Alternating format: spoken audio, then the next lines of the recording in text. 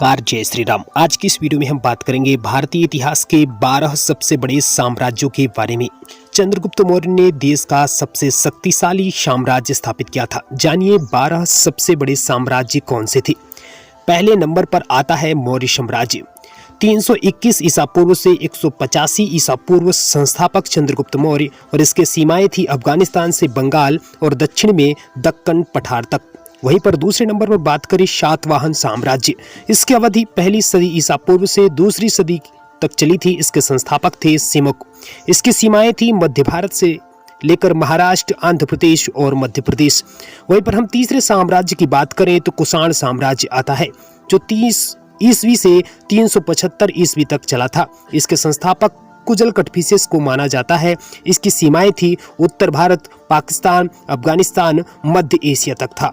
वहीं पर चौथे नंबर पर बात करें गुप्त साम्राज्य की, जिसकी अवधि 319 ईस्वी से 550 ईस्वी तक चली थी। वहीं इसके संस्थापक श्रीगुप्त थे और इसकी सीमाएं उत्तर भारत, पाकिस्तान और बांग्लादेश तक लगी हुई थी।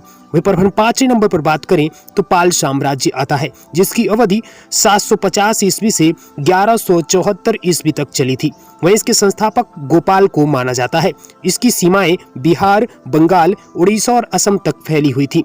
वहीं पर हम छठवें नंबर पर बात करें राष्ट्रकूट साम्राज्य आता है, जिसकी अवधि 753 ईस्वी से 982 ईस्वी तक चली थी। इसके संस्थापक दंती दुर्ग को माना जाता है। सीमाएं दक्कन पठार से गुजरात और तमिलनाडु तक लगी हुई थी।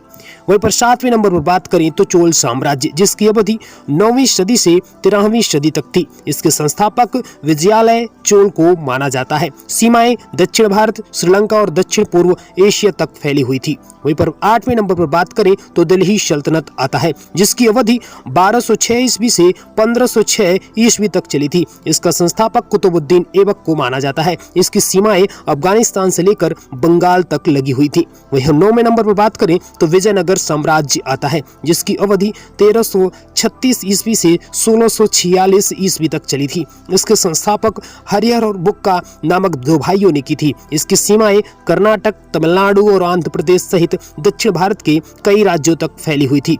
वहीं हम 10वें नंबर पर बात करें तो मुगल साम्राज्य आता है, जिसकी अवधि 1526 ईस्वी से 1857 ईस्वी तक चली थी। इसके संस्थापक बाबर माने जाते हैं।